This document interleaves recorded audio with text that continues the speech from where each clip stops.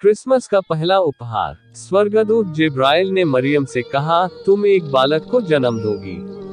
कैसे? मरियम ने पूछा। मेरा विवाह नहीं हुआ है।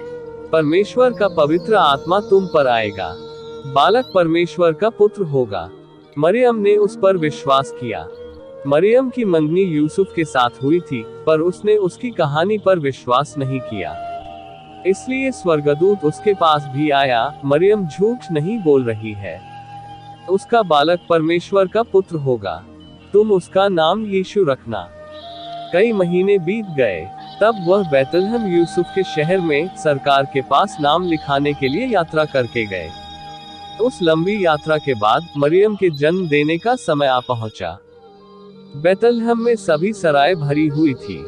इस तरह से परमेश्वर का पुत्र एक अस्तबल में पैदा हुआ, कपड़ों में लपेटा गया और एक घास के बिस्तर पर रखा गया।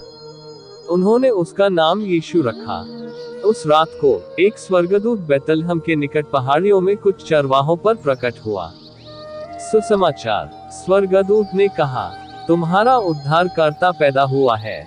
वह बैतलहम में एक चरनी में रखा हुआ है। अचानक और स्वर्गदूत प्रकट हुए, इतने ज्यादा कि उनसे पूरा आकाश भर गया। आकाश में परमेश्वर की महिमा।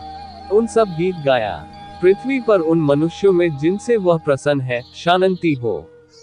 जब स्वर्गदूत चले गए, चरवाहे जल्दी से बैतलहम के लिए निकले।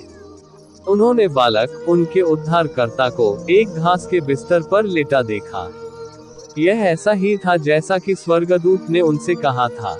चरवाहों के यीशु को देखने के बाद वह शहर में से होकर गए। वह बहुत उत्साहित थे। उन्होंने जो हुआ था वह सबको बताया और उन्होंने परमेश्वर की उस सब के लिए जो उसने किया था प्रशंसा की।